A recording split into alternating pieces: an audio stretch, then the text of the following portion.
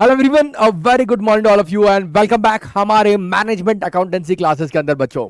तो आज का एक सेशन बड़ा ही इंपॉर्टेंट मैं आपके लिए लेके आया हूं, क्योंकि अभी से आपकी एग्जाम, आपकी जो आने वाली एग्जाम है राइट एक मंथ के ऊपर है ऑलमोस्ट। सो अभी आपकी तैयारी होनी चाहिए और भी जबरदस्त।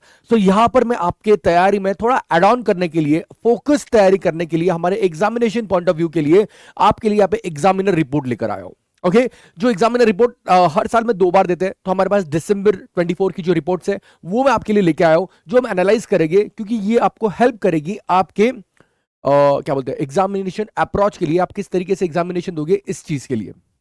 ओके सो नाउ बच्चों, here now in this class first मैं आपसे डिस्कस कर लूंगा आपका पेपर पैटर्न। एक बार हम फटाक से आपका पेपर पैटर्न देख लेंगे, और पेपर पैटर्न देखने के बाद हम बढ़ेंगे आपके एग्जामिनर रिपोर्ट के पास में। सो आप देख सकते हो पेपर पैटर्न में पहले तो आपको पता है आपके 15 एमसीक्यू क्वेश्चन होने वाले बच्चों। ओके जस्ट अ मिनट, आपके 15 एमसीक्यू क्वेश्चन होने वाले हैं। जो क्वेश्चन रहेंगे आपके 2 मार्क्स ईच, तो यहां पे आपके 30 मार्क्स कवर हो जाता है। ओके सो ये तो आपके MCQ based question, straight forward question होते हैं। Straight forward in the sense MCQ है, ऑप्शंस रहेंगे आपको, जो हमेशा सब करता है, जो आपने एमए में भी किया होगा वही आपको यहाँ पे आगे भी करना है। Okay but now see this is one of the strength for you. अगर हम पासिंग कहीं पे एम करते हैं तो ये 30 में से आपको कहीं ना कहीं पे 20 या 25 तो मार्क्स लाने का एम करना ही पड़ेगा। 25 तो नहीं आएगा, 20 या 24 मार्क्स, अबाउट 20 जाना है। हमारा टारगेट रहेगा ये फर्स्ट में से हम अबाउट 20 जाए, ताकि आपकी पासिंग भी आप और भी क्लोज हो। अबाउट 20 जितना भी आप जाओगे उतना बढ़िया काम है, और 20 तो हमारा मिनिमम टारगेट है। मतलब ये 15 में से 10 क्वेश्चन में तो आप कॉन्फिडेंट होना चाहिए।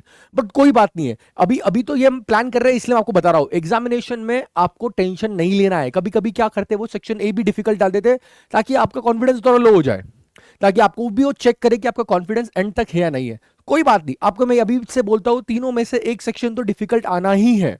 आप चाहे अभी एज्यूम करके जाओ सर सेक्शन सी डिफिकल्ट रहेगा, क्योंकि यहाँ पे कंस्ट्रक्टिव रिस्पांस क्वेश्चन आने वाले हैं। लेकिन मैं आपको अभी भी बता देता हूं बच्चों, ऐसा जरूरी नहीं है सेक्शन सी ही हमेशा डिफिकल्ट रहेगा। आपका कभी कभी सेक्शन ए या सेक्शन बी भी डिफिकल्ट आ सकता है। जैसे हमने पिछले अटेम्प्ट में देखा था कि यहाँ पे आपका सेक्शन बी जो था ना वो डिफिकल्ट आ गया था, तो बच्चे थोड़ा सा वहां पे ही गड़बड़ जाते हैं। टेंशन नहीं लेना है, एक सेक्शन डिफिकल्ट आने वाला है, उसके लिए आपको प्रिपेयर रहना है। But at the same time हमें टारगेट लेके चलना है कि ये 30 में से हम 20 के ऊपर तो जाने ही वाले हैं। उसके बाद आपका जो सेक्शन बी आता है, यहाँ पे 3 सिनेरियो बेस्ड क्वेश्चन होते हैं, जिसके अंदर हर सिनेरियो बेस्ड क्वेश्चन के लिए आपको 5 एमसीक्यू क्वेश्चन दिए जाएंगे। Okay and again each question for 2 marks. तो ये आपका आ गया अगला 30 मार्क, राइट। इसमें भी आपका टारगेट रहेगा कि आप देखो 3 सिनेरियो बेस्ड क्वेश्चन है, अगर 3 में हर एक में 5-5 क्वेश्चन आपको आने वाले हैं, सो 15 क्वेश्चन। अगेन वापस आपका टारगेट कर रहा है कि 2 सिनेरियो या एटलीस्ट 10 क्वेश्चन, 15 में से वापस 10 क्वेश्चन हम अच्छी तरीके से दे, कॉन्फिडेंटली दे, ताकि इस 30 में से भी हम लगभग 20 का 20+ मिनिमम टारगेट करके चल। देखो मैं कितना अच्छी बात कर रहा हूं आपके साथ में। आज तक आपने जिंदगी में जितने भी पेपर दिए होंगे, सब फैकल्टी बोलती थी, सब लोग बोलते थे 10th 11th 12th के पेपर में एटलीस्ट 90% तो आपको लाने हैं बच्चों। मतलब मैं आपको बोलता था कि 30 मार्क्स का आप पेपर लिख रहे हो, अगर मैं आपके पहले के अंडरस्टैंडिंग के हिसाब से बोलूं तो एटलीस्ट 27 मार्क्स तो आपको लाने हैं। बट यहाँ पे बिल्कुल भी अप्रोच अलग है। See things are quite lighter on the note. यहाँ पे प्रोफेशनल एग्जाम है, आप 100 में से 100 नहीं ला सकते हो। ओके आप 100 में से 50 ला रहे हो तो हम आपको बोल रहे हैं पास हो, आप 100 में से 60-70 ला रहे हो तो हम बोल रहे हैं आप एक्सपर्ट हो। तो बच्चों प्लीज आपको प्रोफेशनल अप्रोच रखना पड़ेगा, आपने जो पहले किया वो छोड़ना पड़ेगा। So understand. तो अब ये जब सॉल्व कर रहे हो तब फटाफट फटाफट करने की गड़बड़ मत करो, अच्छी से करो, क्योंकि आपको काम नहीं है पूरे 15 क्वेश्चन सही देना, आपका काम है आप 10 सही दो। 10 सही दोगे आपका काम बढ़िया हो जाएगा। Then coming to next part, there are 2 constructive response question 20 mark के ईच। अब देखो अगर आप इसमें 20+20+ टारगेट करोगे ना, इसका आपको टेंशन ही नहीं रहेगा। ये सबसे आसान तरीका होता है आपके सेक्शन सी का टेंशन निकालेगा। हमें उसमें भी 40 में से 30+ लाने ही है, बट स्टिल ये टारगेट रहेगा आपका, तो ऑटोमेटिकली आपकी सारी चीजें आसान हो जाएगी। सो यहां पे हमारा प्लान रहेगा कि सर हम कम से कम 30+ स्कोर कर ले। So see we are planning to score around 70+। तो जब आप 70+ स्कोर करने का प्लान करोगे तो 50 तो आपको आसानी से आ जाएगा। This is the overall plan. Okay see this is plan which I am sharing हमारे एवरेज सारे बच्चों के लिए। जो टॉपर है वो तो भैया सब में से 30-40 ही लाने वाले, उनके लिए ये प्लान है ही नहीं, वो तो अपने आप में ही समझदार है, उनको समझ गया उनको क्या करना है। बट ये हम सारे आम स्टूडेंट्स के बारे में, मेरे जैसे स्टूडेंट्स के लिए बात कर रहा हूं कि हम 70+ टारगेट करेंगे, आएंगे ही भी 70+। बट मेरा ये बोलना है कि हम ये टारगेट करेंगे और लाएंगे भी। बट आप जब ये टारगेट करोगे तो फिर आपको टेंशन नहीं रहेगा आपके पासिंग का। फिर हम ये टारगेट करेंगे कितने अच्छे मार्क्स हम स्कोर कर पाए, क्योंकि हमें पास बाउंड्री पे नहीं होना है, हमें इज्जत से पास होना है। और जो इज्जत से पास होता है ना, फिर उसको ये सब चीजों का टेंशन नहीं होता, छोटी मोटी चीजों का। ओके, सो ये आपका पेपर पैटर्न है, एक बार फटाक से देख लो बच्चों। Yes, now let's go to the main part जिसके लिए हम आज आए हैं, एग्जामिनर रिपोर्ट। अब मैं आपको बताता हूं बच्चों, एग्जामिनर रिपोर्ट पे जाने के पहले एक चीज समझ लो, आपके पास से लगभग लगभग आपके पास अभी से है 30 डेज। सर अभी से हम कैसे प्लान करें, हम कैसे प्लान कर सकते हैं, मैं आपको अभी बताता हूं बच्चों। सी फर्स्ट, अगर आपने अभी तक बिल्कुल भी नहीं पढ़ा है तो दैट्स ग्रेट, बट नहीं पढ़ा है तो मैं आपको बता रहा हूं, आप अराउंड 10 to 12 डेज में एक फर्स्ट रीडिंग आप खत्म करो, ठीक है। अगली रीडिंग जो रहेगी आपकी वो अराउंड 8 to 10 डेज में होगी, second reading. Now when I am saying reading, पे रीडिंग बोल रहा हूं मतलब प्लेन रीडिंग नहीं, यहां पे मैं जब रीडिंग बोल रहा हूं, रीडिंग का मतलब है कि आप आपका सारे स्टडी एसीसी का स्टडी हब पढ़ो, आपका सारा स्टडी टेक्स्ट पढ़ो, एग्जाम किट पढ़ो, बीपीपी कप्लान दोनों पढ़ो, और ये सब चीज करो तो आप आपके पास एक इंडेक्स बना दोगे बच्चों। मैं हर क्लास में बोलता हूं, आप इंडेक्स बनाओगे चैप्टर वाइज और आपके बुक्स वाइज, फिर आपने जो जो बुक्स खत्म की वो खत्म करोगे। और एकदम सिंपल है बच्चों, हमारे पास लगभग 15 से 20 चैप्टर है, रोज आपने एक चैप्टर के रोज आपने 1 से 2 चैप्टर भी लिए और उसका सारा कुछ खत्म कर दिया, आराम से 3-3 घंटा आपको पढ़ना पड़ेगा, 3-4 घंटा पढ़ना पड़ेगा आपको, आराम से खत्म होगा, फोकस्ड काम करोगे तो 2 रीडिंग आपकी खत्म होगी। इसके बाद आप लगभग 10 और 10 20 दिन, आप लगभग 20 दिन खत्म हो गए। इसके बाद आप अगले 5 दिन मॉक्स दोगे, 5 दिन आप दिन में 2 मॉक्स दोगे, मतलब हमारे लगभग 10 मॉक खत्म हो गए।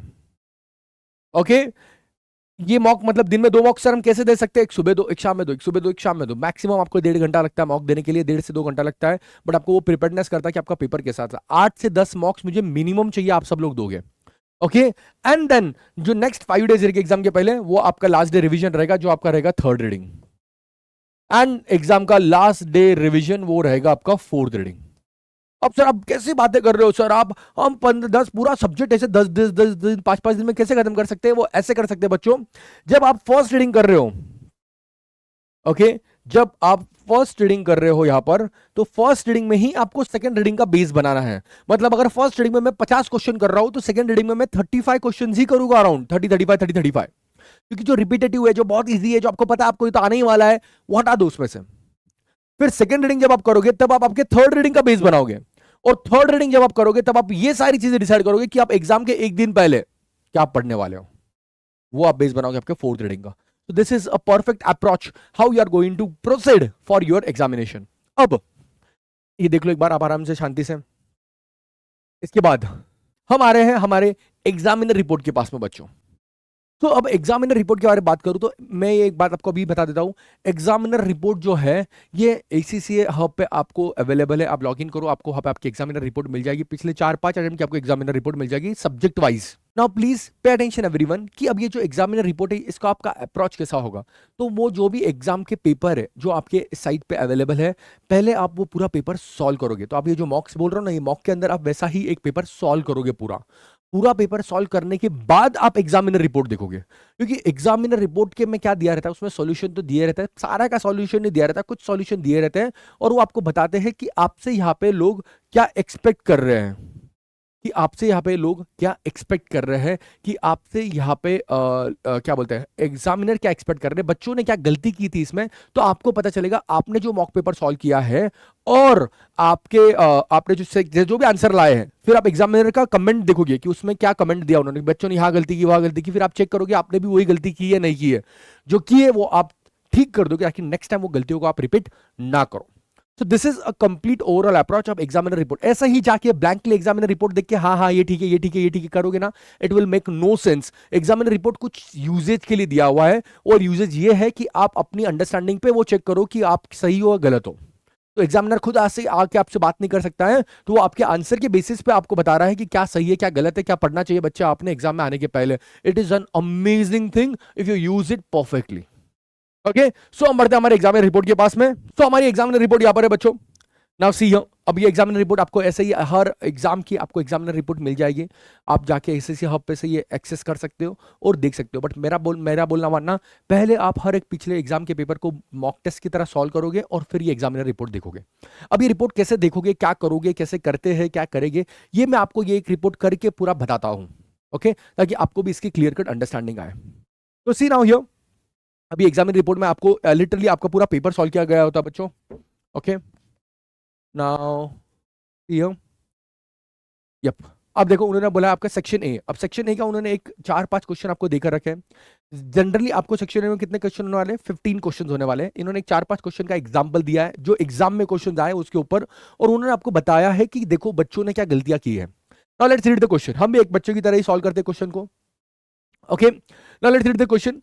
Which of the following statement regarding the uses of big data analytics, big data analytics के बारे में बात कर रहे हैं, इज करेक्ट? इसमें से कौन सी, ये देखो ये भी गड़बड़ मत करना बच्चों, बहुत सी बार है ना हम गड़बड़ गड़बड़ में ये ठीक से पढ़ते ही नहीं है। विच इज करेक्ट, तो आपको इसमें से देखना है कौन सी स्टेटमेंट्स करेक्ट है। तो सबसे पहले, ensure that business decision are based upon data free from बायस।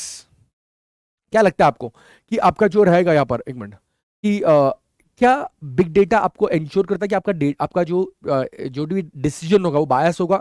सी आपको यहाँ पे क्या ध्यान में लेना है, आपको कंसेप्ट, आपको आपकी लॉजिक्स नहीं लगाने हैं। आपको हमें लॉजिकल आंसर नहीं चाहिए, हमें जो पढ़ाया है, जो चीज समझाई गई है उसका आंसर चाहिए। तो आपको याद करना है आपके बिग डेटा के एडवांटेजेस। क्या बिग डेटा के एडवांटेज में ऐसा कुछ दिया है कि it's free from bias? Absolutely no, ऐसा कुछ नहीं था। Further, inform business leader of what will happen in the future. क्या बिग डेटा का ये काम है कि वो आपको ये बताता है कि आपका आगे फ्यूचर में क्या होने वाला है? राइट? यस? नहीं। यहाँ पे फ्यूचर फोरकास्टिंग के लिए हम बिग डेटा का भी यूज किए। हमने जो फोरकास्टिंग मेथड्स देखी थी, क्या हमने उसके अंदर बिग डेटा का भी यूज किया है क्या? नहीं, ये भी काम नहीं है इसका। Support decision making leading to the development of a new product. क्या ये नए प्रोडक्ट के डेवलपमेंट के लिए, डिसीजन मेकिंग के लिए आपको हेल्प करता है? एब्सोल्युटली यस, बिकॉज यहाँ पे बिग डेटा आपको अंडरस्टैंडिंग देता है कि कस्टमर की क्या रिक्वायरमेंट है, कस्टमर के फीडबैक्स, कस्टमर के सारे ओपिनियन, चॉइसेस को लाकर आपको इजीली आंसर में देता है कि वो किस तरीके से आप कर सकते हो। ये काम डेफिनेटली आपका बिग डेटा करता है। Okay, so yes, option B is right answer. Answer ये option B is right answer. But देखो, आप, मैं चैलेंज देता हूं कि आप क्या करते, पता है क्या? आप इसको भी हाँ कर ही देते हैं, क्योंकि ये देखो ये इतना कंसेप्चुअल क्लैरिटी पे देखता है। देखो अब इन्होंने यहाँ पे क्या कमेंट दिया, एग्जामिनर ने क्या कमेंट दिया, एक बार रीड करो बच्चों। And what things students have made mistake into. Yes बच्चों, देखा? और प्रॉब्लम यहाँ पे आपको क्लियरली एक्सप्लेन किया गया है। Big data can be used to predict what happens at an acceptable level, but analytics cannot be used to say what will happen. See यहाँ पे उन्होंने क्या पूछा, यहाँ पे उन्होंने सिर्फ बिग डेटा के बारे में नहीं पूछा है, उन्होंने पूछा है बिग डेटा एनालिटिक्स के बारे में। बिग डेटा आपको हेल्प कर सकता है फ्यूचर में क्या होगा बताने के लिए, लेकिन जब हम एनालिटिक्स के बारे में बात करें तो एनालिटिक्स ये कुछ नहीं करता है। एनालिटिक्स आपको यह हेल्प करता है कि आपका कस्टमर्स क्या बता रहे हैं। Okay, see here, one of the benefit of big data analytics is better understanding. ये गड़बड़ हो जाती है, क्या होता है एग्जामिनेशन के प्रेशर में हम ऑलरेडी इतने टेंशन में होते हैं, उसमें बिग डेटा, और हाँ बिग डेटा तो इजी टॉपिक है, फटाफट कर लेंगे हम, ये प्रॉब्लम हो सकता है। तो ये हमें प्रॉब्लम नहीं होने देनी है। ओके, उसके बाद सी नेक्स्ट क्वेश्चन, ये आपका एक लाइफ साइकिल कॉस्टिंग का क्वेश्चन है। Car company wishes to use life cycle costing to set. Life cycle cost का आपको पता है आइडिया कैसा होता है बच्चों? याद है ना आपको? लाइफ साइकिल कॉस्ट में हम क्या करते हैं कि आपके टोटल लाइफ साइकिल में जितना भी आपका कॉस्ट लगा है वो लो, divide by total number of units आप एक लाइफ साइकिल में जितने भी बनाओगे, पूरे लाइफ में प्रोडक्ट के जितने भी बनाओगे वो डिवाइड करो, तो आपका लाइफ साइकिल कॉस्ट मिल जाएगा। तो to set the price, an innovative cooperative governance health check software package that has developed at a cost of, तो डेवलपमेंट कॉस्ट पहले ही दी उन्होंने 1,60,000, तो ये भी हम टोटल कॉस्ट में ऐड कर देंगे। The company anticipates that the following cost will be incurred over the life of the software। इसके अलावा तो 162 तो होगा, उसके अलावा उन्होंने बताया है कि आपकी और कितनी वेरिएबल कॉस्ट रहेगी वो प्रोडक्ट के लिए। तो डेवलपमेंट फेज में तो कुछ नहीं है, लॉन्च फेज में आपकी वेरिएबल कॉस्ट 0.8 है, ग्रोथ फेज में 0.8 है, मैच्योरिटी फेज में 0.8 है, एंड डिक्लाइन फेज में भी 0.8 है। तो वेरिएबल कॉस्ट में तो कोई डिफरेंस नहीं है पूरे लाइफ साइकिल में वो प्रोडक्ट के, जो भी हेल्थ पैकेज है हमारा। बट उसके देखो परचेज, आपको एंटिसिपेटेड पैकेज परचेज दिया हुआ है। अब हमारा एक एम रहता है लाइफ साइकिल कॉस्ट में आपके टोटल कॉस्ट लेना है ऊपर, डिवाइड बाय टोटल, चाहे वो वेरिएबल हो फिक्स्ड हो, सब कुछ मिला दो, सब कुछ मिला के भेल बना दो, टोटल कॉस्ट ऊपर लेंगे, divide by total number of units करेंगे। अब देखो यहां पर उन्होंने क्या बोला है, लॉन्च जब आप करोगे 2 महीने तक आपका सेल होगा लगभग 120 per month. This is per month. यहां पे बच्चे गड़बड़ में क्या करते पता है? अरे कितना इजी क्वेश्चन है, 120 इंटू 0.8 सर वेरिएबल कॉस्ट मिल गया। अरे नहीं बच्चों, भूलो मत ये 2 महीने के लिए है, तो इसको 2 से मल्टीप्लाई करना मत भूलना, ये 3 से मल्टीप्लाई करना मत भूलना, ये 6 से मल्टीप्लाई करना मत भूलना, ये 2 से मल्टीप्लाई करना मत भूलना। तो क्या होगा फिर आपको पता चलेगा 2 मंथ्स, एवरी मंथ 120 का सेल होगा, कॉस्ट आएगा 0.8 का, तो आपका टोटल वेरिएबल कॉस्ट आएगा। सिमिलरली 3 मंथ्स आपका सेल होगा 140 यूनिट्स का, एवरी मंथ इंटू 0.8, तो आपका 3 महीने का सेल आएगा, वेरिएबल कॉस्ट आएगा। इस तरीके से आपका यहाँ पे सारा वेरिएबल कॉस्ट आएगा।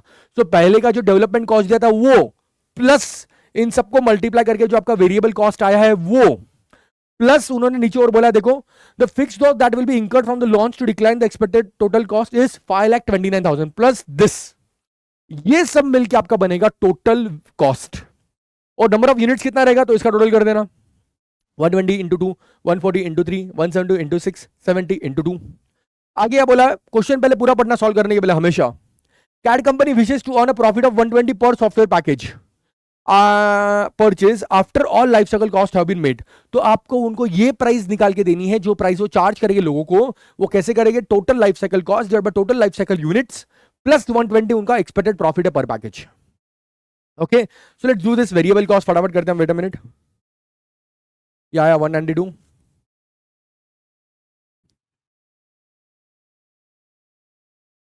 336 थाउजेंड्स में, हाँ सब ये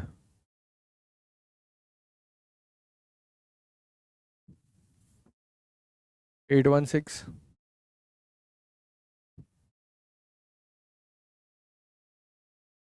112। ओके तो अगर मैं टोटल के बारे में बात करूं दिस टोटल कम्स टू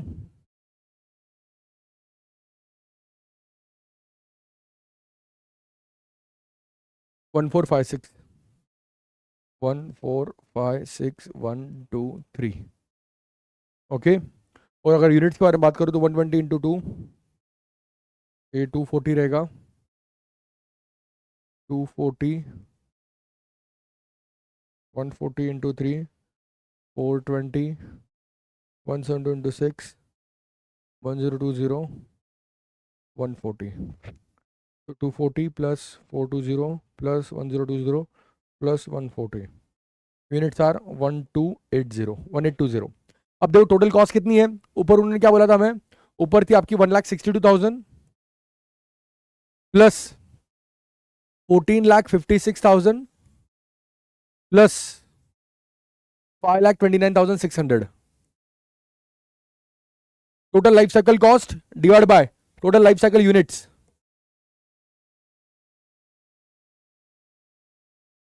1180 आपका लाइफ साइकिल कॉस्ट पर यूनिट आ रहा है। इस पर आपको प्रॉफिट कितना लगाना है, उन्होंने बोला आपको प्रॉफिट लगाना है 120 का।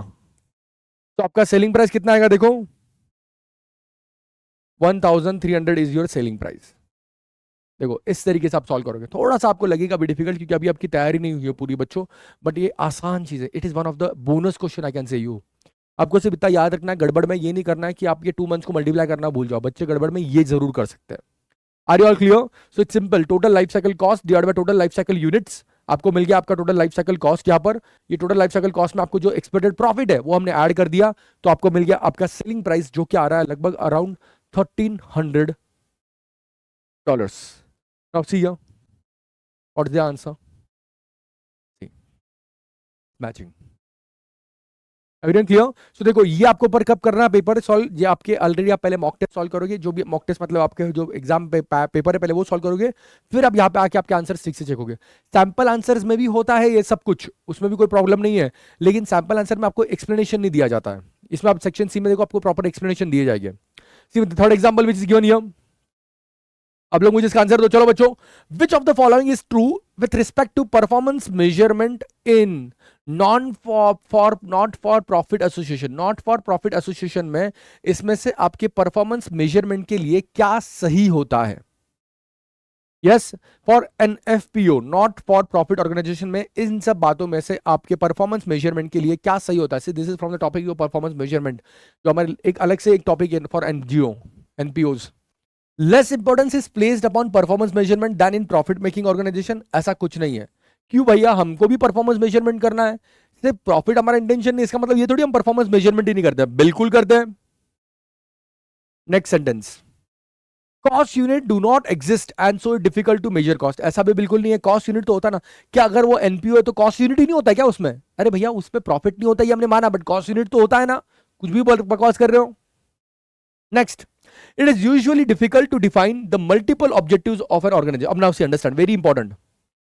It is usually difficult to define multiple objective of organisation. मुझे बच्चे बहुत पूछते हैं सर ये एडवांटेज डिसएडवांटेज भी हमें लर्न करने पड़ेगी क्या सर, क्या ये एडवांटेज, अरे भैया आपको एडवांटेज डिसएडवांटेज लिस्ट में पूछना बहुत डिफिकल्ट है, बट देखो यहाँ पे इनडायरेक्टली उन्होंने एमसीक्यू क्वेश्चन के अंदर पूछ लिया आपके एडवांटेज और डिसएडवांटेज क्या है, right? See, this was one of the disadvantages that it usually difficult to define multiple objective because यहाँ पे profit is not the sole objective, यहाँ पे बहुत सारा objective है, तो अभी एक objective कौन सा सबसे important है डिफाइन करना थोड़ा difficult हो जाता है। This is one of the part of your NBO, right? Achievement of organization objective is straightforward to quality quantify, no, absolutely not, वो तो बहुत बड़ा difficult part है। Option C is your right answer। C, a bonus 2 marks if you are very much clear with the concept of NPO। अगर आपको पता है what is your non for profit organization, ये आपको क्लियरली पता है, तो this is one of the simple question for you. Bonus mark मिल गया 2, राइट? तो ऐसा टेंशन मत लो, एक आध क्वेश्चन में 2 1 में थोड़ा स्ट्रगल करना पड़ेगा। मैंने आपको क्या बोला है, 15 क्वेश्चन में इसके आपको 10 कॉन्फिडेंटली देने हैं, 5 का टेंशन मत लो आप। Okay, yup. नाउ आधे बच्चे ना वही हार जाते हैं। Read this, see what explanation they have given you for this answer. आधे बच्चे पता क्या यही हार जाते हैं कि भैया क्वेश्चन डिफिकल्ट है, एक क्वेश्चन डिफिकल्ट आए कि पूरा पानी पानी हो जाता है। अरे पानी पानी नहीं होना, हमें ऐसे एक क्वेश्चन तो हमें ऐसे 5 क्वेश्चन छोड़ सकते हैं अगर आप 10 सही कर रहे हो तो। Now see another very interesting question from your time series analysis with regression analysis. Okay, see what is given here. Cozy company is utilising time series analysis to forecast sales volume and additive model has been adopted. तो additive model उन्होंने दिया हुआ आपके time series का already. Now see here, सबसे पहले trend is t is equal to 1800, t is equal to 1800 plus 4x where x is the quarter number. Okay, तो आपको ये बताने की जरूरत भी नहीं थी, ये तो हमें इक्वेशन से समझ जाता है, बिकॉज हमें पता है y is equal to a plus b x is your regression equation, और x जो भी रहता है वो आपका नंबर होता है। तो इन्होंने बताया x भाई क्वार्टर नंबर है आपका, 1 is for quarter 1 and yes 1 is for quarter 1 2001। Now उन्होंने आपके क्वार्टर वाइज सीजनल वेरिएशन जो है आपको दिए हुए हैं, indicate by clicking on the relevant boxes in the table below quarter 2 average seasonal variation। तो आपको उन्होंने यहाँ पे देखो क्वेश्चन मार्क दिया कि यहाँ पे सीजनल वेरिएशन क्या आएगा। ये तो बहुत बच्चा बोल सकता है जो क्लास में मेरे बेटा है, क्योंकि मैं चीख के बोलता हूँ भैया सीजनल वेरिएशन की टोटल हमेशा होती है 0। मैं चीख कर ये कहता हूँ सीजनल वेरिएशन की हमेशा टोटल होती है 0। तो ऐड कर दो इन सबको और देखो कितना 0 के लिए कम है, 1450 माइनस 1450 बचा प्लस 800, 1450 माइनस 1450 बचा प्लस 800, तो कितना बचा आपका बचा 1250। हमें इसको करना है 0, आपका बचा 1250। सीजनल वेरिएशन का टोटल होता है 0। अब मुझे बताओ जब मुझे 1250 को, pay attention everyone, wait a minute, इन सबको हम ऐड करेंगे तो आपका टोटल होता है 1250। मुझे चाहिए है आंसर में 0। 1250 को 0 में कैसे कर सकता हूं सर, सिंपल है 1250 माइनस कर दो, this is your first answer. इतनी आसान बातें हैं। और देखो उन्होंने क्या पूछा है, seasonally adjusted forecast sales unit for quarter 2 of 2012, quarter 2 of 2012। अब इन्होंने क्या बताया, देखो क्वार्टर 1 को 11 नंबर दिया, हमने ऐसा क्वेश्चन किए हुए क्लास में, 2 को 11, 3 को भी 11, 4 भी 11 रहेगा। अब जो 12 का क्वार्टर रहेगा, फर्स्ट का 5 नंबर रहेगा और सेकंड का क्या रहेगा 6 नंबर रहेगा। 12 के सेकंड क्वार्टर का 6 नंबर रहेगा, क्योंकि हमने 1 से चालू किया है, राइट? तो 12 क्वार्टर का 6 नंबर रहेगा। So just input 6 in this equation and get your answers. तो 6 इक्वेशन में डालो यहां पर, और जो भी आएगा उसमें हमारा अभी हमने जो ये फाइंड आउट किया वो माइनस कर दो, आ गया आपका आंसर। ऐसे सेम क्वेश्चन, अरे गाइस मैं तो आपको बोलता हूँ, आपको एग्जामिनेशन में हमेशा नया क्वेश्चन देखने मिलेगा। ऐसा क्वेश्चन आया तो ये तो आपके लिए बोनस होना चाहिए। Okay wait a minute, 4 into 6 plus 1800 minus 21250, 574 is the answer. Yes, see क्या किया मैंने, पे अटेंशन एवरीवन। इक्वेशन क्या हमें दी हुई है, इक्वेशन दी हुई है 1800 plus 4x। Equation is your, यहाँ पे लिखता हूं मैं 1800 प्लस 4x। x की जगह हम क्या डालने वाले, 6 डालने वाले, क्योंकि हमारा 6 नंबर पे आ रहा है। तो 1800 plus 4 into 6, this comes to how much, 6 4s are 24, right? तो ये आया हमारा 1824। सीजनल वेरिएशन लगाना मत भूलना, जो कि ये हमारा क्वार्टर 2 है ना, क्वार्टर 2 का हमने अभी निकाला था seasonal variation minus 1250। So 1824 minus 1250 which comes to 574। बड़ा ही सिंपल, बहुत कॉम्प्लेक्स भी नहीं है। अगर आप नॉर्मल पढ़ाई करके भी जाओगे तो ये क्वेश्चन आप आराम से सॉल्व कर पाओगे। Everyone just go through it once. See उन्होंने क्या एक्सप्लेनेशन दिया यहाँ पे, read this same thing which I said you. इसका हमें टोटल करना है 0, तो ये हमारा है सीजनल वेरिएशन। एक्स को 6 पुट किया, सीजनल वेरिएशन अप्लाई किया, यह आ गया आपका अगला आंसर। देखो एक बार ठीक से everyone, done everyone. Now see let's come to section B. ये अभी तक के आपके सेक्शन ए हुए, 2-2 मार्क के क्वेश्चन है। हमें 15 में से टारगेट है 10 क्वेश्चन करना है, 20 मार्क के ऊपर आपको जाना है। ओके तो करना तो पूरे 15 है, मतलब 10 अच्छे से करना है। ना सेक्शन बी, जैसे मैंने आपको बोला, यहाँ पे 3 केस स्टडी आपको दी जाएगी। हर केस स्टडी के ऊपर आपको 5 क्वेश्चन रहेंगे और हर क्वेश्चन आपके 2-2 मार्क का रहेगा। तो हर केस स्टडी इन शॉर्ट आपके लिए 10-10 मार्क की रहेगी, टोटल 30 मार्क्स रहेगा। In the section B look into detail in the case covering throughput accounting. अब ये देखो एक केस उन्होंने पूरा थ्रूपुट अकाउंटिंग पे ही दिया है, पूरा क्या पूरा थ्रूपुट पे। बट प्लीज अंडरस्टैंड, आप कभी भी ये अंडरस्टैंड करके कंसीडर करके मत चला ये आएगा वो नहीं आएगा, कुछ भी ऐसा नहीं, कहीं से भी कुछ भी आ सकता है। Now see here, good company produces clocks and watches. तो इनका काम है production clocks and watches. It manufactures a single model of clock and 3 models of watches. Okay तो क्लॉक का तो एक ही मॉडल होता है, वॉच के 3 मॉडल है यहाँ पे, GL, RT, SM। The clock is manufactured in separate factory from watches. Okay तो क्लॉक की अपनी अपनी खुद की अलग फैक्ट्री है, वॉच की अपनी एक फैक्ट्री है जिसके अंदर ये तीनों वॉच भी हम प्रोड्यूस करते हैं। The main constraint for good time company faces for all its product is assembly machine are. इनका प्रॉब्लम असेंबली मशीन। आपको थ्रूपुट इन्होंने bottleneck, first step of your bottleneck activity उन्होंने खुद ने बता दिया आपको कि यहाँ पे है आपका प्रॉब्लम क्या, असेंबली आवर्स का। The time available is reduced by temporary breakdown of assembly machinery and use for maintenance। और जितना असेंबली आ रहा था उसमें भी ब्रेकडाउन में चली जाता है थोड़ा बहुत, उसमें waste. The finance director of Good Time Company has decided to introduce throughput accounting in order to provide throughput accounting। हमें एकदम अच्छे से पता है throughput accounting में क्या होता है बच्चों, हम सिर्फ डायरेक्ट मटेरियल को कंसिडर करते हैं, बाकी हम क्या करते हैं कंट्रीब्यूशन आपका सेल्स में से सिर्फ डायरेक्ट मटेरियल को माइनस करके लेते हैं, और फिर वो हिसाब से हम उनको आपका जो भी ये है, जो भी आपका क्या बोलते हैं, जो भी आपका कंस्टेंट है उससे हम डिवाइड करते हैं, आपका रैंक्स लेते हैं। Okay now see they are given you sales price, material cost. हमारा थ्रूपुट कंट्रीब्यूशन तो यहाँ पर ही आ जाएगा, बिकॉज हम सिर्फ सेल्स में से मटेरियल प्राइस को माइनस करते हैं, बिकॉज हम थ्रूपुट के अंदर सिर्फ मटेरियल कॉस्ट को कंसिडर करते हैं कि वो है आपका variable cost. Good Time is developing a new stopwatch for competitive water sport and is forecasting the product to have a throughput accounting ratio of 1:1। आपको throughput TPAR throughput accounting ratio आपको अभी दिया हुआ है which is 1.75। थ्रू TPAR आपको याद है क्या, throughput TPAR throughput accounting ratio, ऊपर एक रेशियो रहता है नीचे एक रेशियो रहता है, फिर हम वो दोनों रेशियो को डिवाइड करके आपका TPR निकालते हैं। The company has budgeted to spend 50,000 on advertisement when the launch of product is there। Okay, this is all the information given to us। और देखो आपको ये बहुत इंटरेस्टिंग चीज है, यहाँ पे आपको उन्होंने ये जो कंस्टेंट इक्वेशन है ना, ये कंस्टेंट का टाइम दे दिया है, क्योंकि ये हमें यूज आने वाला है आपके रैंकिंग के टाइम में, right. Now what is the first question they ask you, see here the question 1 on the equation. आपको बोला था मैंने 5 क्वेश्चन रहेंगे आपको एक सिचुएशन के ऊपर। Which of the following statement about throughput accounting and the theory of constant is true. इसमें से कौन सी स्टेटमेंट आपकी सही है थ्रूपुट के ऊपर। Again theory question, advantage disadvantage पता है तो आप आराम से कर सकते हो। The theory of constant suggest that when one bottleneck is overcome another bottleneck will arise. एकदम सिंपल है ना भैया, एक बॉटलनेक आपने सॉल्व किया, समझो मैंने मशीन आर सॉल्व किया, फिर कुछ और बॉटलनेक आ जाएगा, मे बी लेबर आर आ जाएगा, क्योंकि वो हमने सॉल्व कर दिया ना, right. So it's absolutely true guys. एक बॉटलनेक सॉल्व करोगे दूसरा आएगा, दूसरा सॉल्व करोगे तीसरा आएगा, क्योंकि जैसे जैसे आप रोड ओपन करोगे कहीं ना कहीं तो आपको खड्डा मिलेगा ना। Throughput accounting aims to maximise amount of non bottleneck resource use. Absolutely नहीं, यहाँ पे हमारा एम रहता है कि बॉटलनेक रिसोर्स जो है वो पूरा अच्छी तरीके से यूज हो। ये तो बिल्कुल भी नहीं है, मुंह पे दिख के आ गया है। तो in throughput accounting work in progress should be valued at cost of materials only. Yes, हम वर्क इन प्रोग्रेस क्या हम यहाँ पे इंपॉर्टेंस सिर्फ और सिर्फ मटेरियल कॉस्ट को ही तो देते हैं, that is the only thing we look for. Okay so ये भी आंसर आपका सही है, option C would be the right answer. 2 mark मिल गए, right. Let's go further, see the explanation what they have given here, read this ones everyone। अब देखो दूसरा क्वेश्चन उन्होंने टीपीआर का पूछा है। What is the throughput accounting ratio for clock. Simple question, TPAR, जिसको टीपीआर के फॉर्मूला याद है वो ये क्वेश्चन आराम से सॉल्व कर देगा। Okay now see here, throughput accounting ratio for clock.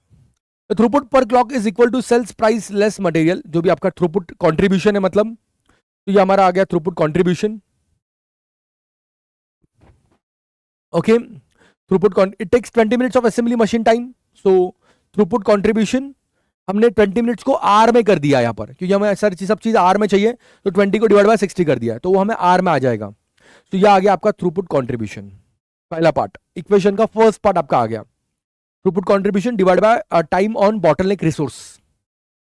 उसके बाद दूसरी चीज आपकी cost divide by time on bottleneck resource. Again see cost क्या आपकी, थ्रूपुट कॉस्ट कितनी आ रही है आपकी, टोटल कॉस्ट कितनी आ रही है, total factory cost.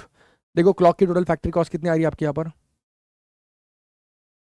Labour, variable cost and fix overhead, factory total factory cost 6.63 and 2.4, right. Total factory cost 12 I, total factory cost divide bye again bottleneck activity, hours में करना है इसलिए 20/60 किया। ये आ गया आपका सेकंड स्टेप का answer. Now simply do step 1 divide by step 2, आ गया आपका TPR, throughput accounting ratio. So simple 2.04, कितना सिंपल है। अगर किसी ने यहाँ पे टीपीआर को छोटा मोटा समझ के ऑप्शन में छोड़ दिया होता तो उसके यहाँ पे 2 मार्क्स चले गए होते हैं। इसलिए मैं हमेशा बोलता हूं कितना भी छोटा टॉपिक रहो, ऑप्शन में आपको कुछ भी नहीं छोड़ना है, राइट। उसके बाद देखो third question, what they have asked you on the same case study, for each of the following preposition identify impact on the accounting ratio. Okay, आपको यहाँ पे इंपैक्ट देखना है आपके अकाउंटिंग रेशियो का। अकाउंटिंग रेशियो का आपका इंपैक्ट क्या होगा, एक मिनट, यस, इंपैक्ट आपका क्या होने वाला, आपका थ्रूपुट अकाउंटिंग रेशियो। अभी हमने देखा टीपीएआर का 2 पार्ट रहता है। पहला पार्ट रहता है आपका कंट्रीब्यूशन अपॉन बॉटलनेक एक्टिविटी पे टाइम, और दूसरा पार्ट होता है factory cost upon bottleneck activity का टाइम। अब एक चीज एकदम सिंपली समझ लो, अगर इसका न्यूमरेटर बढ़ता है और डिनोमिनेटर घटता है तो इंक्रीज होगा, और अपोजिट न्यूमरेटर घटता है और डिनोमिनेटर बढ़ता है तो इसका यहां पे आपका रेशियो नीचे होगा और यहां पे आपका रेशियो ऊपर होगा, right. So let's see first thing, improving the effectiveness and efficiency of maintenance process to increase available machine hour। जब आपके available machine hour बढ़ जाएंगे, मतलब आपका डिनोमिनेटर जो है, आपका जो डिनोमिनेटर है, जब आपके available machine hour बढ़ जाएंगे तो available machine hour बढ़ जाएंगे तो obviously ratio will improve, it will give an increase, right. आपके मशीन आवर बढ़ जाएंगे तो आपका रेशियो इंक्रीज हो जाएगा, राइट। दूसरा, payment of over time at a time and third to increase number of. अब देखो पेमेंट करोगे, एकदम सिंपल है, अरे एक्सपेंडिचर बढ़ रहा है तो रेशियो डिक्रीज हो जाएगा। At the it is throughput accounting ratio type of profit ratio. Negotiating a contract to buy materials at a lower price, material lower price में आएगा तो कॉस्ट कम हो जाएगा, कॉस्ट कम आएगा तो रेशियो वापस बढ़ जाएगा, that's a good thing. Changing electric supplier to one charging lower standing charges per day for factory, electricity charges कम हो जाएंगे तो वापस आपका खर्चा कम होगा, खर्चा कम होगा मतलब आपका ये वाला रेशो कम होगा, ये वाला रेशो कम होगा मतलब डिनोमिनेटर कम होगा, डिनोमिनेटर कम होगा मतलब आपका रेशो वापस बढ़ जाएगा। Are you getting it everyone, right. तो just go through it once, read this once everyone, देखो एक बार ठीक से समझने की कोशिश करो, कुछ नहीं समझ रहा तो मुझे पूछो। What should be the production ranking for watches in order to maximize throughput? अब यहाँ पे देखो आपका एकदम सिंपल है, जो हम हमेशा से एक्सरसाइज करते हैं, इसके हमने बहुत सारी प्रैक्टिस की है। आप क्या करोगे, थ्रूपुट पर यूनिट निकालोगे, जो मैंने आपको पहले बता दिया था।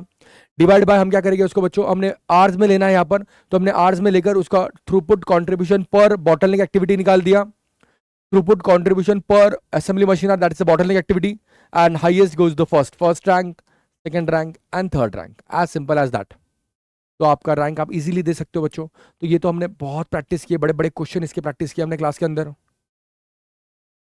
Right. Just go through it once. Now see next question 5, which of the following statement if any about throughput accounting ratio for the new stopwatch is true.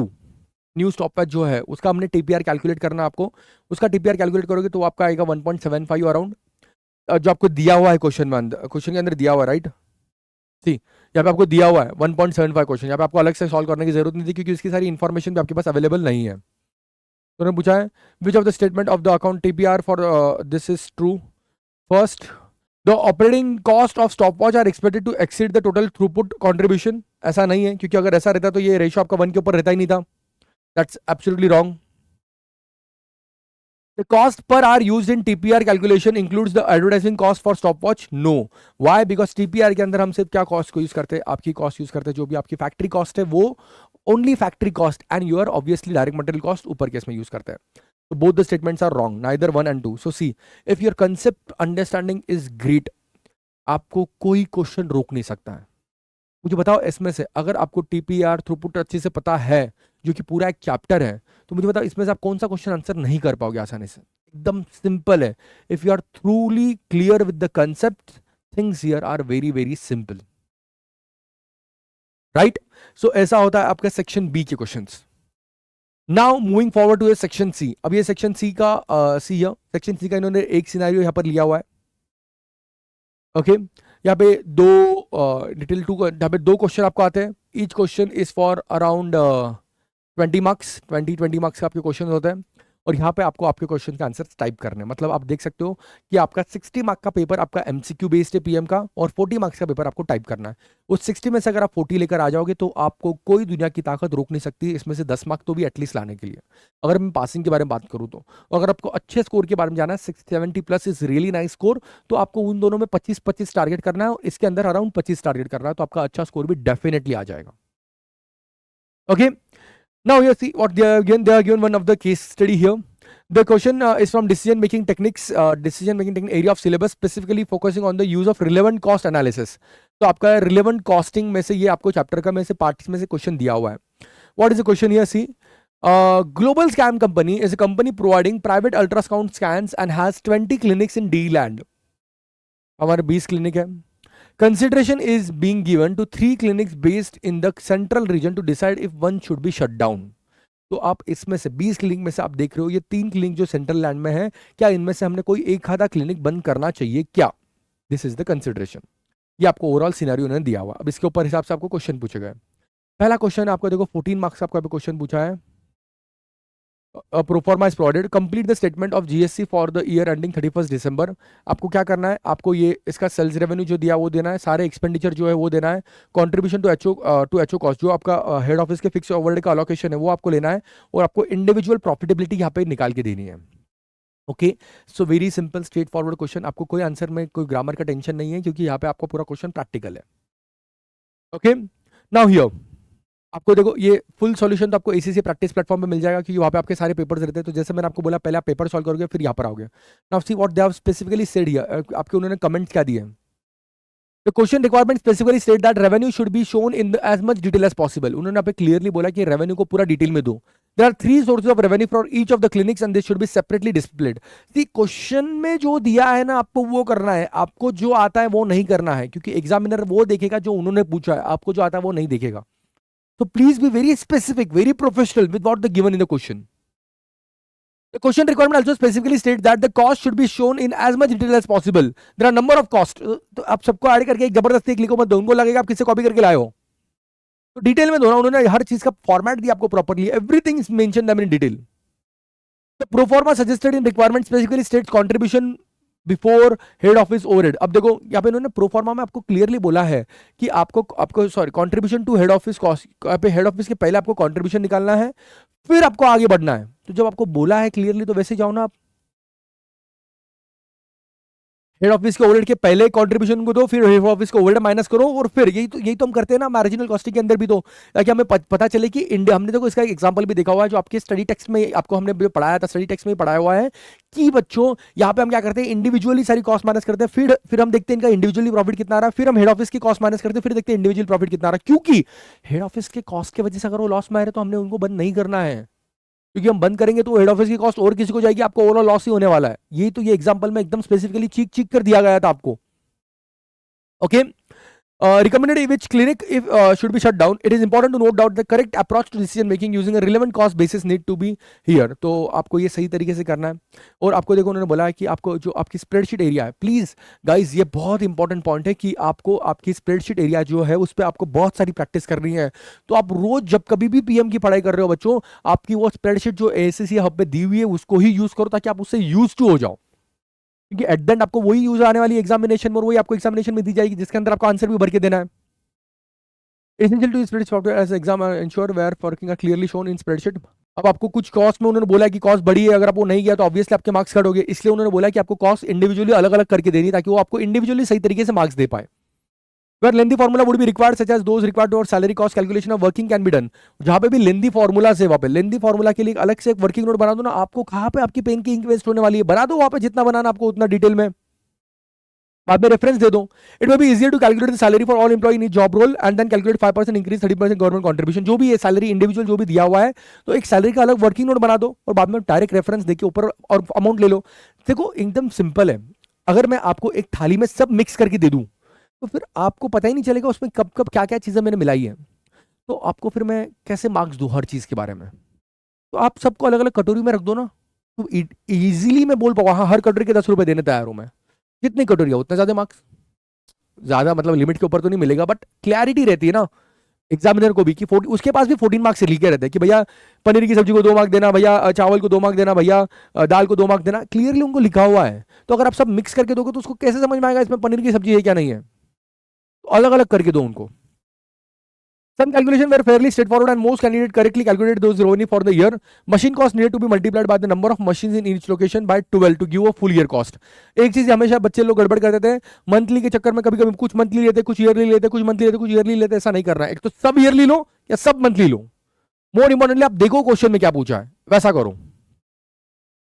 Salary cost were more challenging, calculation needed to be multiplied by number of employ. Salary cost जो calculation था वहाँ पे और detail में था, तो उन्होंने पे एक्सप्लेन किया हुआ कि आपको कैसे लेना है, जिसकी आप मैं तो बोलूंगा आप एक अलग से वर्किंग नोट बना के उनको दे दो ताकि उनको क्लैरिटी रहे। सी जो डिटेल में ज्यादा चीज पूछी है ना बच्चों, जिसमें ज्यादा कॉम्प्लिकेशन है ना, उसके हर एक पार्ट पार्ट को मार्क्स है, तो उसको आप अलग से करोगे तो that will be more better for you, ताकि मार्क्स एलोकेशन भी आपको इजीली हो।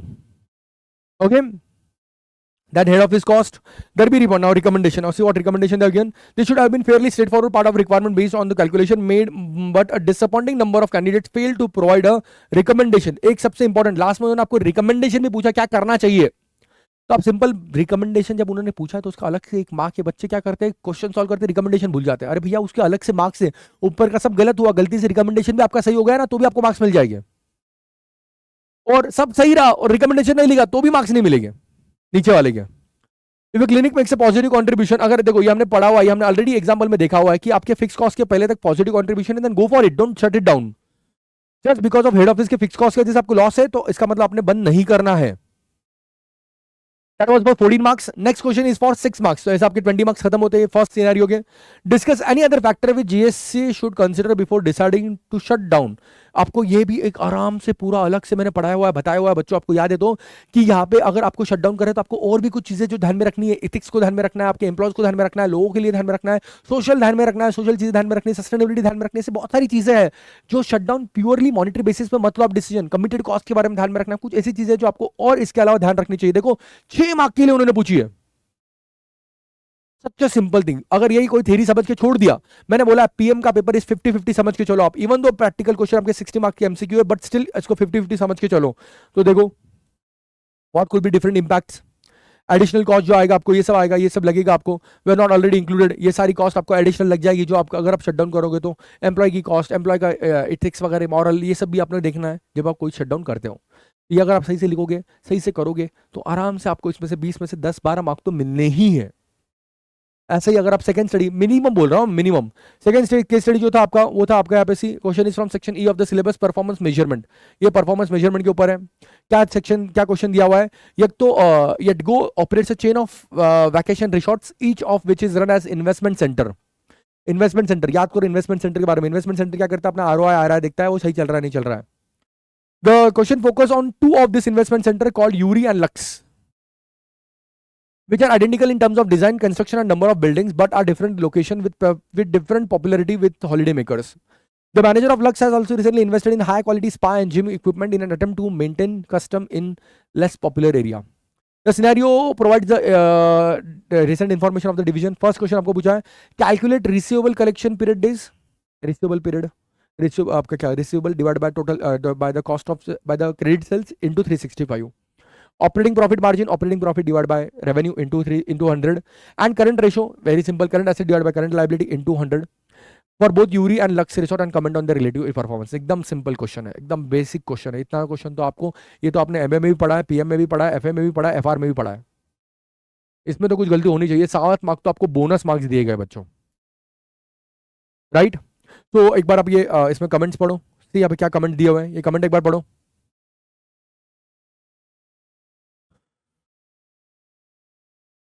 इसमें आपको उन्होंने लास्ट में वो भी पूछा कि आप आपका एजम्पशन भी दो, आपका अंडरस्टैंडिंग भी दो क्या दिया है, तो वो करना बहुत इंपॉर्टेंट है, वो समझो, नहीं तो आप गड़बड़ में वही भूल जाते हो। राइट। नेक्स्ट 3 मार्क के लिए देखो क्या दिया हुआ है, calculate the return on investment of both and state which manager if receive bonus this year. एकदम सिंपल है, देख लो दोनों को कैलकुलेट कर दो, अगर उनके स्टैंडर्ड से ज्यादा है तो उनको मिलेगा बोनस, नहीं है तो कम मिलेगा, सिंपल है। ROI, return on investment, operating profit divided by investment into 100, as simple as that, such a simple question। C explain the problem with the current bonus system, जो भी उनकी करंट बोनस सिस्टम होगी उसमें क्या problem है आप explain कर दो उनको 6 मार्क्स के लिए। Requirement here details provided, make it clear why something is problem although the correct points are often touched upon the answer provided, it did not include sufficient detail. आपको देखो detail explain, they understand the thing when they have said you explain, so please explain, don't give them brief notes. This is very basic thing. Explain बोला तो उसको अच्छी से explain करो, that this is not done, why this is not done, this is the problem, this is the ratio, this is the labour ratio which can not be trusted upon, ऐसा जो भी है उनको ठीक से एक्सप्लेन करके अच्छी से लिख के दो, पैराग्राफ लिख कर दो। Again, the scenario can assist here. For example, it has been highlighted that the manager of Uri had not invested recently, whereas Lux manager has. But the manager of Uri is one who is receiving the regular bonus. उसने invest किया नहीं है भैया, तो भी उसको bonus मिल रहा है, which demonstrates a problem with the current system and reason of Lux manager demotivation, right? तो उसका एक्सप्लेनेशन करो, उससे क्या रिजल्ट हो सकता है वो भी बताओ, उनको क्लियरली चीजें बताओ। सो एक्सप्लेन वर्ड आया तो आपको चालू पड़ जाना है, इन शॉर्ट मैं आपको बोलूँ तो, मतलब बकवास नहीं लिखना है, but yes. And C last question, calculate your resource divisional ROI in new investment. अगर वो नई इन्वेस्टमेंट ऐड करेंगे तो ROI क्या आएगा, and explain whether using manager should make a decision. तो एकदम सिंपल है, अभी करंट ROI देखो, करंट ये भी हमने एग्जांपल किया हुआ है क्लास में, करंट के ऊपर आप नए इन्वेस्टमेंट के साथ ROI देखते हो, फिर देखते हो नया इन्वेस्टमेंट के साथ ROI बढ़ रहा है या घट हो रहा है, and give them your again what would they do and your explanation and your response to them, okay? So see, ROI company would want to manager to accept anything with an ROI that is greater than 10%. Residual income, anything positive should be accepted. NPV positive result should be accepted. तो देखो ROI हमेशा क्या करता है, ROI कभी कभी आपको रुका देता है कोई प्रोजेक्ट के अंदर, अगर आपके करंट ROI से ज्यादा नहीं दे रहा है तो वो, लेकिन ROI क्या करता है, अगर आपके इनकम में एडिशन हो रहा है then you should go for it, right? तो ये दोनों का भी हमने कंपैरिजन भी आपको यहाँ पे दिया हुआ है। इन्होंने तो लकीली आपको यहाँ पे कंपैरिजन के ऊपर क्वेश्चन पूछा नहीं बच्चों, लेकिन इन दोनों को आपको यहाँ पे इन्होंने कंपैरिजन भी दिया हुआ है आपके बुक्स में अंदर, जो हमने अच्छी से पढ़ा हुआ है। Now so that's all about your examiner report बच्चों, ओके? तो मैंने आपको यहाँ पे एक एग्जामिनर रिपोर्ट बताई, लेकिन मैंने आपको इसके बाद में ये भी बताया कि आपका इसका अप्रोच क्या होना चाहिए। ये अप्रोच होना चाहिए कि पहले आप जो भी वो पास्ट एग्जामिनेशन है, वो एग्जामिनेशन पहले आप सॉल्व करो, खुद से चेक करो आपके answers, and then go for your examiner report, ताकि वहां पे आपको आपके कंक्लूजन मिले, एग्जामिनर के कमेंट मिले। ये फॉर्मूला शीट है आपको जो आपको मिलेगी, मतलब इसके अलावा आपको सारे फॉर्मूला याद रखने पड़ेंगे, इतने ही फॉर्मूला। तो ये रिग्रेशन इक्वेशन के जो फॉर्मूला आपको ये सब मिल जाएंगे बच्चों यहाँ पर। सी आपको यहाँ पे वो रिग्रेशन इक्वेशन के सारे फॉर्मूला आपको मिल जाएंगे, कोरिलेशन के आपको फॉर्मूला मिल जाएंगे, यहाँ पे आपको आपका लर्निंग का होगा फॉर्मूला जो आपको वो मिल जाएगा, और आपको यहाँ पे आपको जो प्राइस वाला है, जो हम price maximum price minimum price वाला जो चार्ज करते हैं वो आपको यहाँ पे मिल जाएगा। इसके अलावा आपको जो भी फॉर्मूलाज होंगे स्टैंडर्ड कॉस्टिंग के सब याद रखने पड़ेंगे, स्टैंडर्ड कॉस्टिंग के पहले के भी आपको याद रखने पड़ेंगे, जैसे मैं क्लास में बोलता हूँ question can definitely come from that part as well, okay? So that's all with one of the examiner report, जो मैंने ट्राई किया आपके साथ में एनालिसिस करूं, मैं एकदम डिटेल में जाऊं, हर चीज में कोशिश करूं आपको लूं, आपको समझाऊं, आपको ये बताऊं मेन तो कि आपको आपकी बाकी एग्जामिनर रिपोर्ट के साथ में कैसे जाना है, ओके? आपको ये बताओ कि आपके एग्जाम रिपोर्ट का आपका अप्रोच क्या होना चाहिए पढ़ने का, और आपको मैं आपका प्लान बताऊं कैसे प्लान करोगे, आपका पेपर पैटर्न क्या ये बताऊंगा मैं, और आपके एग्जामिनेशन में आप कैसे प्लान करोगे बताऊंगा। कितना भी कैसा भी टेंशन मत लो, आप एग्जामिनेशन में आपके पास पूरे आपके टाइम है, और वो हर टाइम का हर मिनट का अच्छी से आपको इवैल्यूएशन करके यूज करना है। टेंशन बिल्कुल भी लेना नहीं है, कुछ नहीं भी आया तो भी टेंशन नहीं लेना है, बाकी बचा हुआ टाइम आपके लिए बचे हुए मार्क्स के लिए बढ़ जाएगा। इट्स वेरी सिंपल, 10 मार्क्स का क्वेश्चन मुझे नहीं आता तो कोई बात नहीं, मुझे बचे हुए टाइम में सिर्फ 90 मार्क्स का पेपर सॉल्व करना है। So please, whatever do you do a quality thing, and wherever there are things have been like explain and mention and कुछ बताया जहाँ पे बुलेट पॉइंट करना है, ब्रीफ में बताया बुलेट पॉइंट देना है, बुलेट पॉइंट जो जहाँ पे एक्सप्लेन करना है उसको प्रॉपर्ली एक्सप्लेन करो। Okay guys, that's all for our this examiner report. तो होपफुली आपने सारी क्लास अच्छे से खत्म की है। बेस्ट ऑफ पेपर, मैक्सिमम पढ़ाई करो, जितनी पढ़ सकते हो उतनी पढ़ाई करो, क्योंकि एक बार करना और खत्म करना है, अगली बार आपको दूसरा सब्जेक्ट लेना है। Okay, so see you in our classes, bye bye, take care.